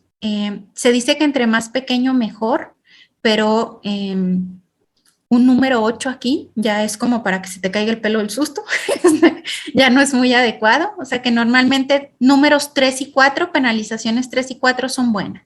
Ya arriba de 5, 6, sí no son los mejores primers, ¿ok? Entonces hasta aquí, si se fijan, vimos que aparentemente los primers son buenos, pero no podemos hacer un análisis muy detallado de las estructuras secundarias. Para hacerlo entonces existen softwares ajenos a Primer Blast que nos ayudan a hacerlo y uno de ellos es OligoAnalyzer. Tomaríamos entonces un juego de primers, el que ustedes quieran. Yo escogí el primero porque normalmente el primero que nos arroja la plataforma es el que cumple con la idealidad. Y lo siguiente sería acceder a OligoAnalyzer. Ya que estén en OligoAnalyzer y hayan creado su cuenta, les va a arrojar una ventana como esta de aquí. En la ventana, lo primero que hay que hacer es colocar la secuencia del cebador que nosotros queramos analizar y luego elegir qué es lo que yo quiero evaluar. Vamos a empezar platicando por las horquillas, entonces le doy clic en la opción de Hairpin y el resultado que obtendría es algo como esto.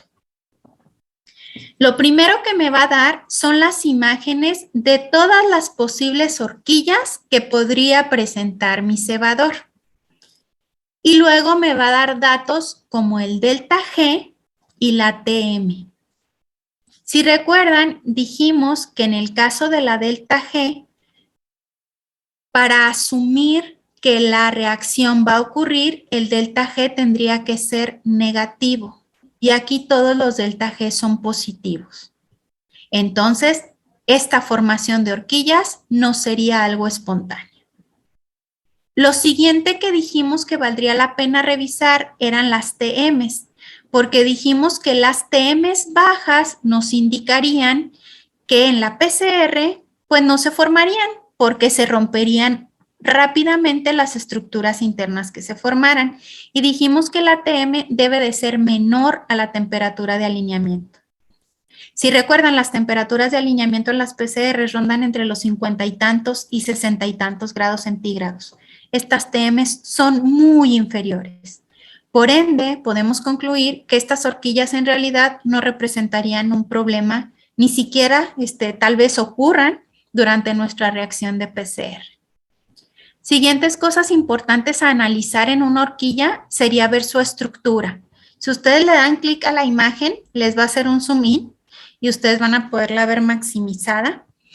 Y cosas importantes que debemos cuidar de las horquillas si sabemos que sí van a ocurrir, es que la complementariedad de bases internas sea baja y no ocurra en los extremos. Y es justamente lo que estamos viendo aquí.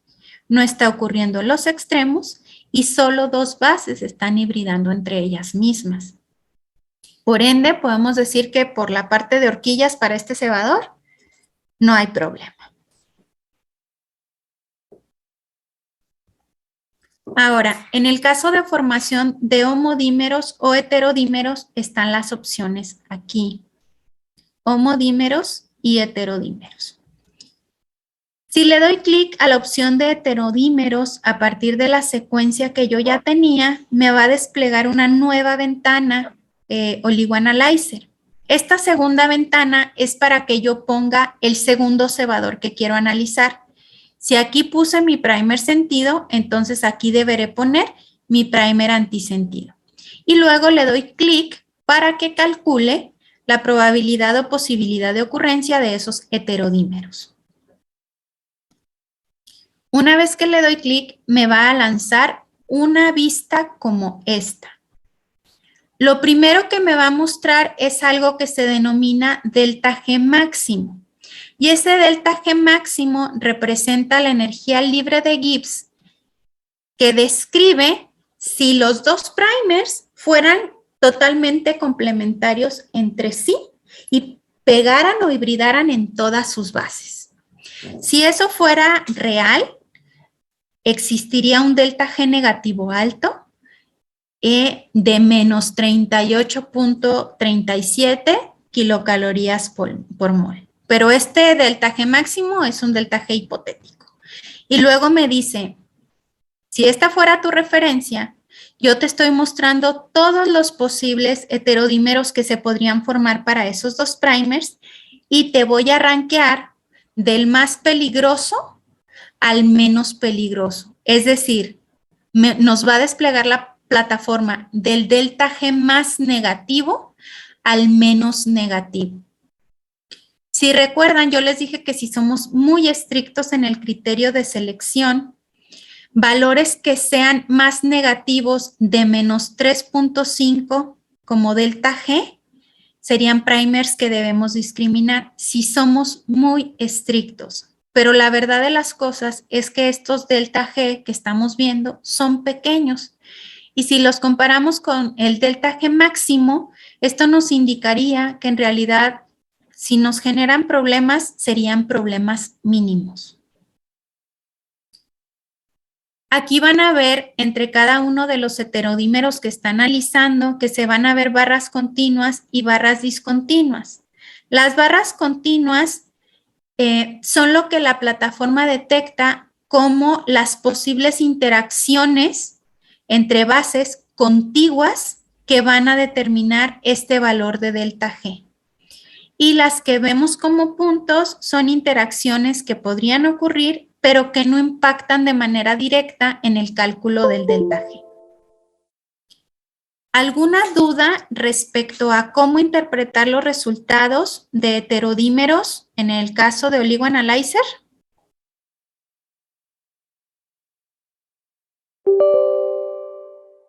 Okay. Yo no. Gracias. Bajo este mismo criterio, perdón que ya no me regrese, se analizan los homodímeros. Para eso solo tendría que dar la opción de self-dimer, poner la secuencia del primer que quiero analizar y me va a desplegar un resultado totalmente idéntico a este, nada más que ahí va a comparar el primer consigo mismo y también teniendo en cuenta los valores de delta G que se permiten o no se permiten para un diseño de primers, yo puedo saber si mi primer es bueno o no es bueno. Pues miren, hasta aquí ya aprendimos lo básico para que cualquiera pudiera hacer un cebador para generar productos de amplificación a partir de hibridaciones completas y altamente específicas con el DNA que nosotros queremos. Sin embargo, normalmente tenemos que hacer juego o alteración de esa especificidad, sobre todo en tecnologías como la ingeniería genética. En el caso de la ingeniería genética, lo que nosotros hacemos es tomar un gen de algún organismo productor que sea de nuestro interés, por ejemplo, alguna hormona como la insulina o la hormona del crecimiento que ya se producen de manera industrial. Ese gen lo voy a extraer de su organismo productor y lo voy a meter en algo que se llaman vectores para que ese vector lo almacene o lo transporte hacia un organismo más simple que yo voy a utilizar como fábrica. Por ejemplo, este gen humano, yo lo estoy metiendo en un vector para que ese vector acarree este gen humano hacia una bacteria. Y esa bacteria que crece mucho más rápido y de manera más simple que el organismo productor original, me puede ayudar a producir esta proteína de manera casi que automática y de manera muy barata. Eso es lo que hace la ingeniería genética. Pero para poder hacer ingeniería genética, si ustedes lo observan aquí, yo tendría que cortar mi vector y cortar el ADN de tal forma que genere extremos compatibles entre vector y DNA blanco que hagan que yo pueda hacer que este gen se transporte en el vector. Eso implica a veces que yo tenga que editar o modificar de alguna forma mis cebadores y hacia allá vamos. ¿Para qué necesitaría yo hacer esto? Híjole, pues para un montón de aplicaciones que actualmente tiene la ingeniería genética, sobre todo para la producción industrial de fármacos, por ejemplo, que es uno de los potenciales o de las aplicaciones más grandes que tiene actualmente la ingeniería. Para eso entonces, pues me voy a meter en rollos porque yo tendría que lograr con alta precisión identificar formas de cortar el vector que sean totalmente compatibles con formas de cortar la secuencia para que ésta pueda embonar perfectamente aquí y luego que lo haga en la posición que yo quiero, porque el gen pudiera entrar así, pero yo tengo que orientarlo en la posición correcta. Y más importante aún, para generar estos cortes que hagan que hibride bien, tengo que cuidar no cortar aquí adentro la secuencia codificante, que es lo que va a permitir hacer la proteína. Entonces, esto se torna complejo. Para hacer ingeniería genética, yo puedo elegir 2 enzimas diferentes que corten mi DNA y que corten también al vector. De esa manera, yo ya puedo orientar un poquito que ese fragmento de DNA entre en la posición correcta, ¿cierto? Pero para hacer esto, yo tendría o que tener mucha suerte de que mi secuencia esté flanqueada por 2 enzimas diferentes o tendría que maquinar algo en mi mente de cómo colocar estas posiciones aquí. Para eso es que existe algo que se denomina los tailed primers o primers que han sido modificados para añadir a mi secuencia de DNA blanco regiones que originalmente no tiene. Esas regiones que se van a añadir se van a incorporar en el extremo 5', porque si recuerdan, la DNA polimerasa para hacer PCRs requiere que el primer hibride de manera completa y perfecta en el extremo 3', pero en el 5' no. Entonces yo puedo hacer muchas modificaciones en el 5' sin que eso afecte mi PCR. Entonces, al hablar de tailed primers, yo estoy hablando de primers a los cuales yo les voy a agregar en el extremo 5' alguna región que no pertenece a la secuencia del DNA blanco. En este caso, por ejemplo, este es el DNA blanco y supongamos que yo quiero añadir un sitio de reconocimiento enzima de restricción de un lado y del otro, pero esas enzimas no forman parte de esta región, no importa. El primer tiene que hibridar perfectamente en el extremo 3' para que la polimerasa amplifique, pero en nada afecta a esta adición. De manera que después de la PCR, yo voy a tener un amplicón que va a contener mi secuencia de interés, en este caso el gen que codifica para la proteína, y va a tener como añadidos esos sitios que yo quise agregar. Dentro de esos sitios, además de los sitios de reconocimiento de enzimas de restricción, actualmente se utiliza mucho, por ejemplo, añadir secuencias que codifiquen para promotores o sitios de reconocimiento para otros primers, como esto que están viendo aquí. Yo puedo hacer una primera ronda de amplificación y luego hacer que este amplicón sea amplificado por otros primers en específico a través de adiciones posteriores. Si ya tenemos claro para qué nos pueden servir los tailed primers y más o menos qué trabajo voy a hacer, entonces para eso es que utilizaríamos el recurso de SnapGene. Les pediría por favor empezar a abrirlo si ya descargaron el software y ya tienen su código de acceso. Una cosa adicional que quisiera comentarles para fines del ejercicio que vamos a hacer es que yo puedo añadir sitios de reconocimiento de enzimas, pero si se fijan estos sitios de reconocimiento de enzimas, de hecho aquí este está muy gigante, normalmente son de 4 a 6 nucleótidos, son regiones muy cortas. Entonces a veces se nos sugiere en el diseño tener tu DNA blanco, poner ese tallito 5' y a un lado de ese tallito 5', poner una pinza de citosinas y guaninas que haga la secuencia un poco más grande para que cuando tú ya amplifiques y llegue la enzima de restricción a cortar, tenga un sitio más estable y realice el corte. Y estas regiones son arbitrariamente poner guanina, citosina, de 3 a 6 veces para amplificar un poquito más ese sitio donde va a actuar la enzima de restricción.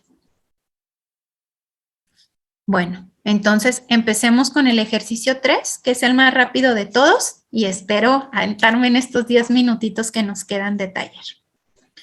Para hacerlo, entonces, partiríamos de Snapchat. Una vez que ya tengan el software, les va a arrojar esta ventanita de aquí.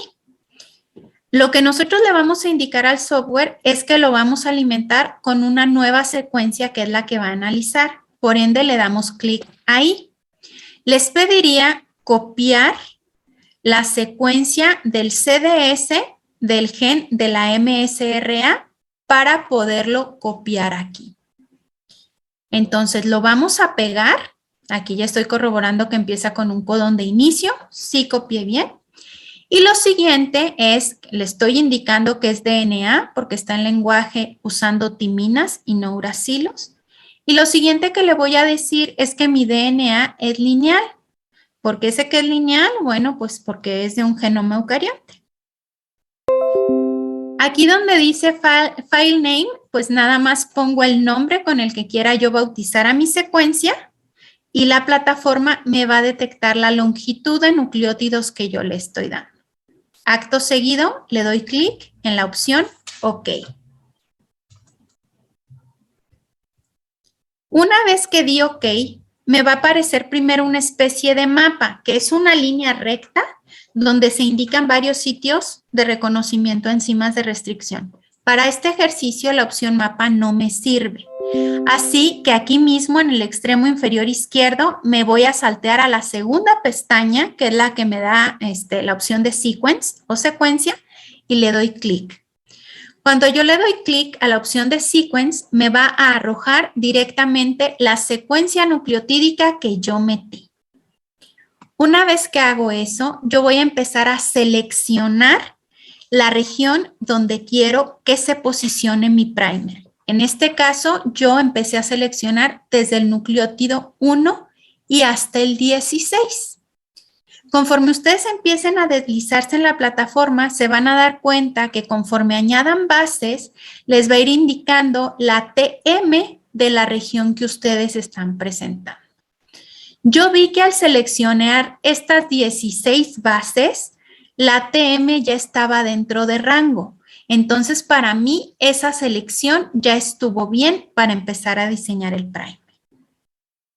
Si yo ya vi que ya está bien, entonces voy a ir a la opción Primers y voy a pedir que añada este primer dando clic ahí.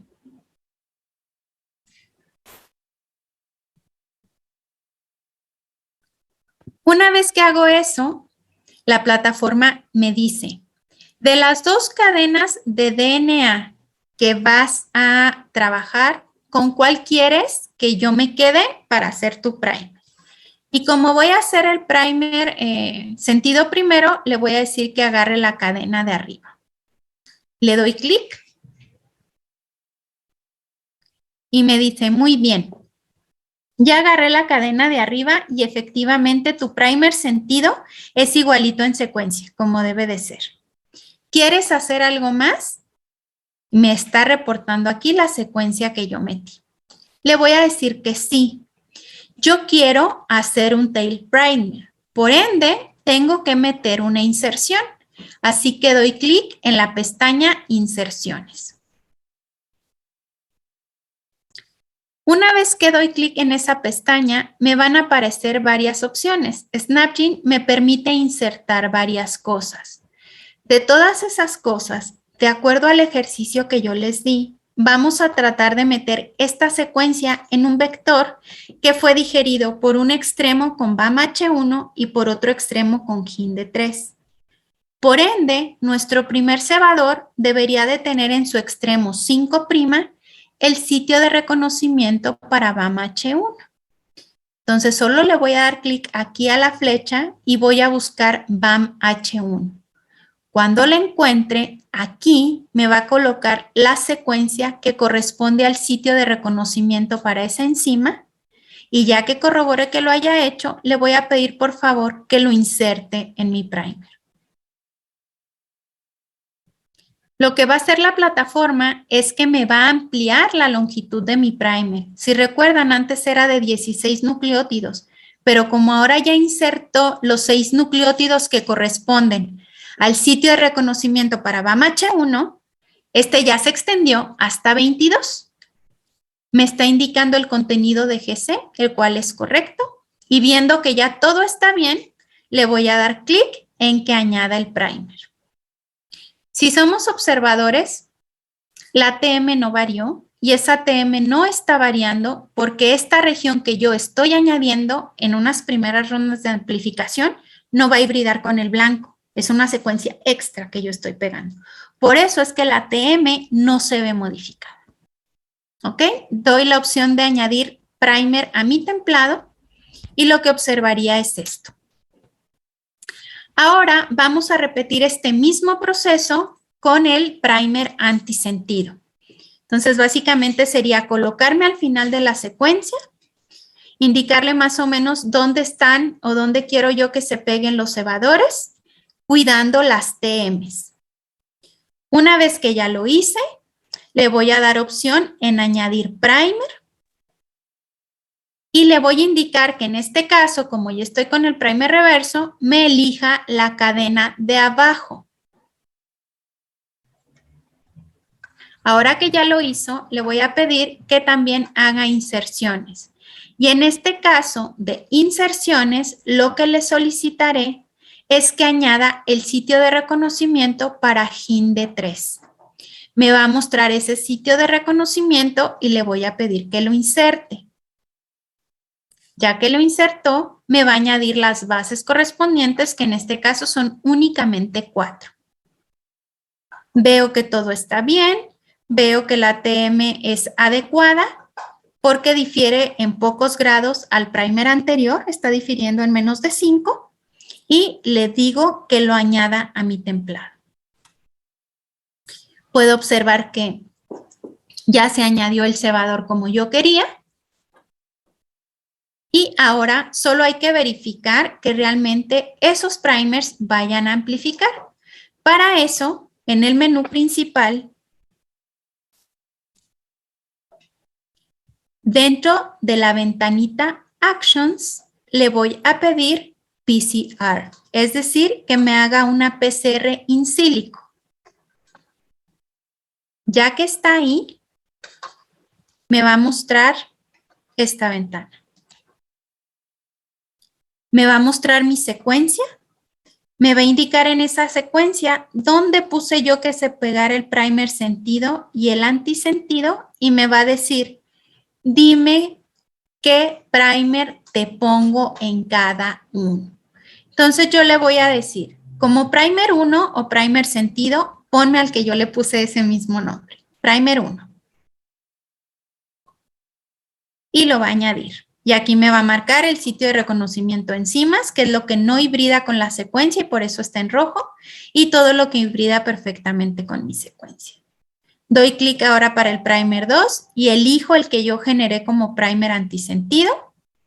Lo selecciono, igual me va a mostrar lo que no hibrida con la secuencia y que corresponde al sitio de reconocimiento para HindD3 y luego todo lo que yo generé como cebador. Estoy corroborando que las TMs son adecuadas, que la longitud de los cebadores también lo es. La plataforma en automático me marca una franja verde, lo cual significa que todo lo que yo hice está bien hecho. Me debo de asustar si la franja me aparece como amarilla o roja, porque eso significa que traigo algún error y me debo de regresar. Y me dice, muy bien, tú puedes hacer una amplificación de esta secuencia que escogiste con esos primers que hiciste porque están bien hechos y el producto de amplificación te va a dar un amplicón de 712 pares de bases. Crea tu producto.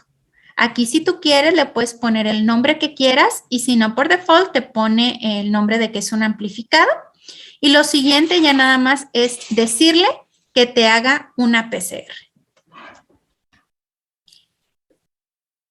Yo aquí en el mío, por ejemplo, le puse como nombre amplicón de MSRA, pero eso es a gusto de cada quien y le di clic. Y posterior a eso me hace mi PCR. Rapidito y de manera muy sencilla, yo ya pude entonces añadir a la secuencia algo más hacia los lados y estos sitios de aquí ya luego podría yo utilizar una enzima de restricción para que cortara y generara extremos compatibles con el vector y que el amplicón se pudiera incorporar. ¿Alguna duda de este último ejercicio?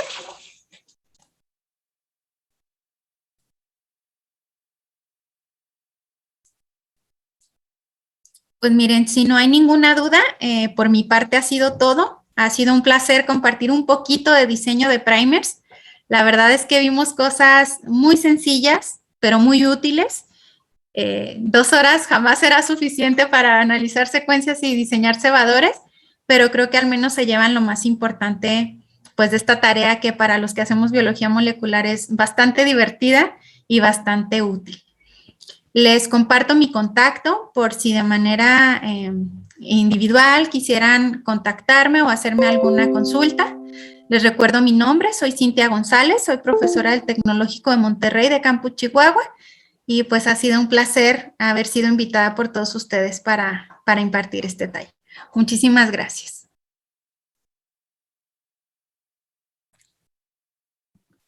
Muchas gracias, doctora, por su valiosa participación.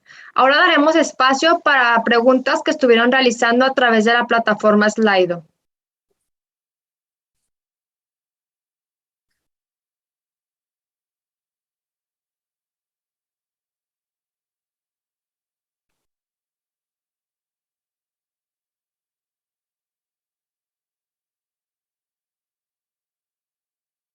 Ahorita por el momento no vemos ninguna pregunta, entonces si tienen una la pueden poner en la plataforma para preguntársela a la doctora.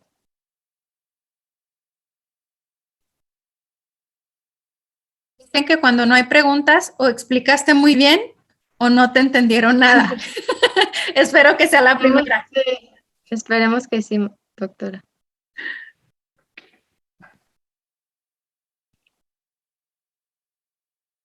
Hay algunas preguntas en la plataforma.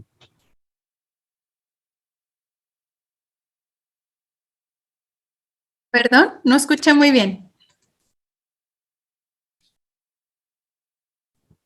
Le digo que sí, sí hay algunas preguntas en la plataforma. Ah, muy bien. Muchas gracias, Luis, por tu comentario. Qué bueno que te quedó claro el taller. De cualquier forma, si surgiera una duda posterior, ahí tienen mi contacto para que me la hagan llegar. Bueno, ahorita no vemos las preguntas en la plataforma, entonces no sé si la persona que la realizó pueda activar su micrófono para preguntársela aquí directamente.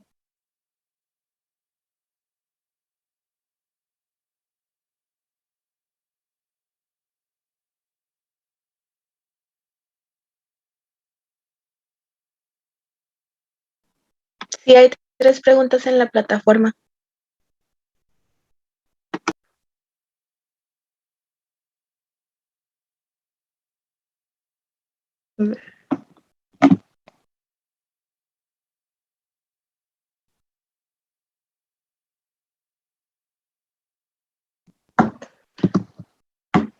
Sí, ya lo dimos. Bueno, aquí la primera pregunta que tenemos, doctora, es, ¿con el ADN recombinante se podrá quitar algún tipo de gen cancerígeno o de algún tipo de enfermedad hereditaria?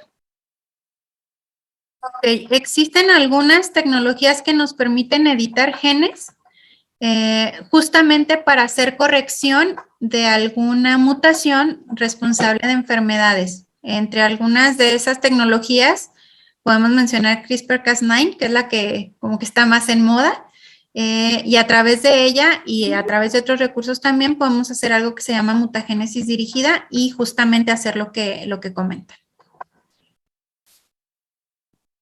Muchas gracias. La siguiente pregunta es, ¿cómo se construyen los vectores? Ok. Para hacer construcción de vectores, debo partir por el principio. La verdad es que es algo que ya no se acostumbra mucho, más que en laboratorios enfocados a generar ese tipo de material. La verdad de las cosas es que yo ya puedo hacer compra de vectores a partir de plataformas en específico. Hay proveedores donde tienen un catálogo y tal cual yo hago mi carrito dependiendo de la característica del vector y lo compro. Y dentro de esas características que reviso, tengo que ver si voy a clonar o expresar, qué criterios me da para eso y obviamente enfocado a este taller, el sitio de clonación múltiple que me ofrece porque es donde yo cortaría el vector. Ahora, si yo quisiera generar el vector, lo que yo tendría que hacer son ejercicios de corta y pegue similares a los que hago para meter un gen en un vector comercial. Es decir, tendría que aislar de un microorganismo un plásmido, que es la forma natural bacteriana de cómo existen algunos de los vectores que actualmente conocemos. Y a ese plásmido empezar a insertarle las secuencias que yo necesito. Si yo necesito un promotor, si necesito un TAC como colitas de histidina, si necesito que me produzca ese vector una proteína de fusión, colocaría por ahí no sé, tiorredoxina o algún componente que me permita hacer la proteína de fusión. Es decir, tendría que empezar a pegarle cada uno de los elementos que necesito. Como es un trabajo complejo para la persona que hizo esa pregunta, en algunos laboratorios esto toma 2 o 3 años, pues ya es mucho más fácil comprarlos, la verdad.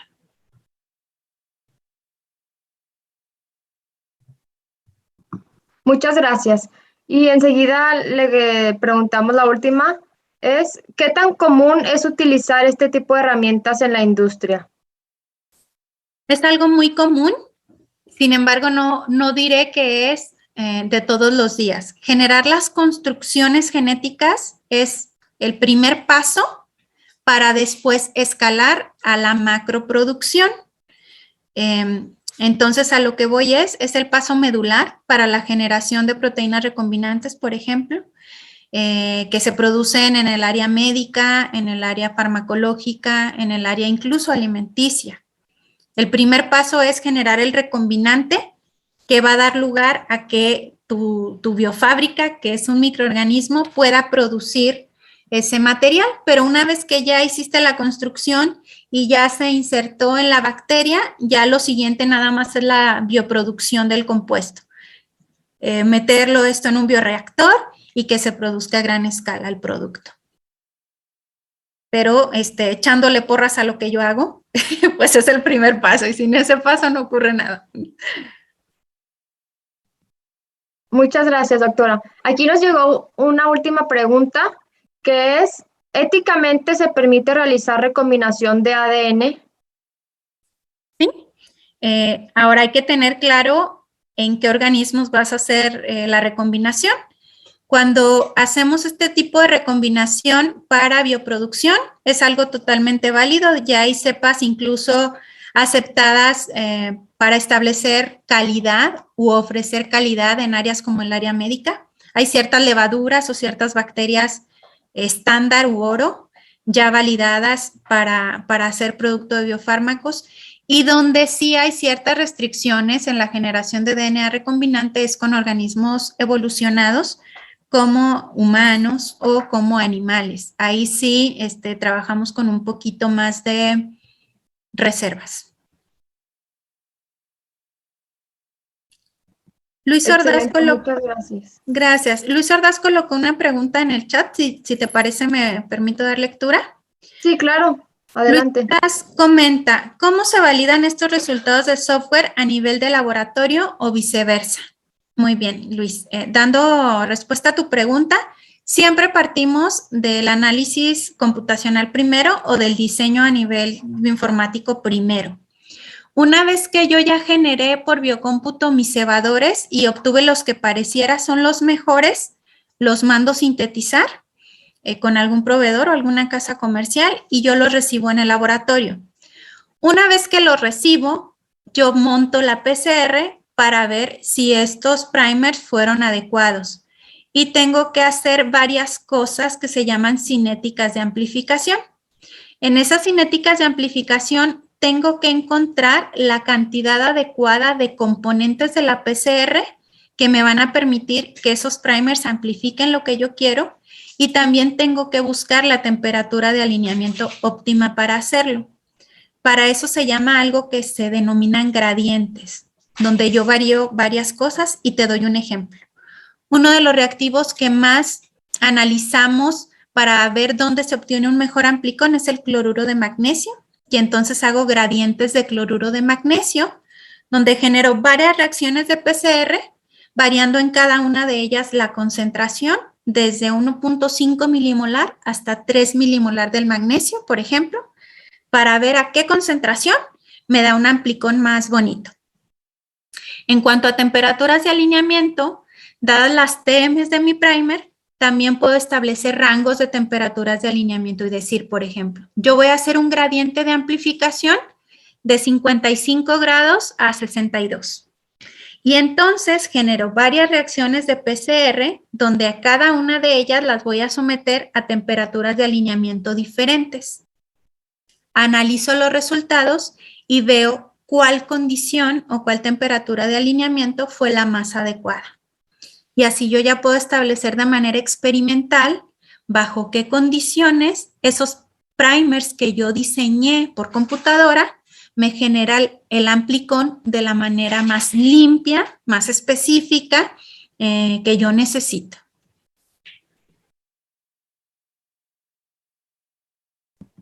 Muchas gracias, doctora, por sus respuestas. Ahora agradecemos a la doctora Cintia por su tiempo e información compartida. A continuación, se dará lectura al reconocimiento, el cual le haremos llegar a su correo electrónico. El Tecnológico de Monterrey, Campus Laguna, en conjunto con la Sociedad de Alumnos de Bioingeniería, otorga a la doctora Cintia Lisset González Treviso el presente reconocimiento por su participación en el Encuentro Biotech 2021. Pues muchísimas gracias nuevamente por la invitación. La verdad ha sido un placer. Deseo que cierren este evento con manteles largos y que sigan los participantes disfrutando de cada una de las conferencias. Muchísimas gracias. A usted, doctora.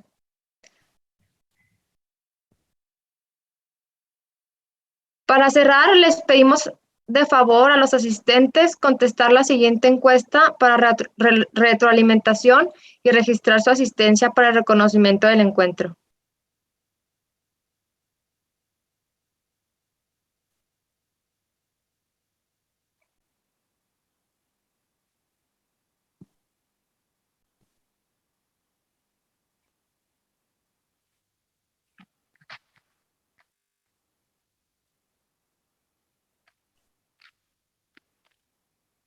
A continuación, daremos un espacio para un break. Nos vemos a las 2 p.m. con el doctor Eber Gamboa Meléndez y su conferencia Ingeniería Metabólica en la levadura Yarovia lipolítica para la síntesis de moléculas de interés biotecnológico. Nos vemos.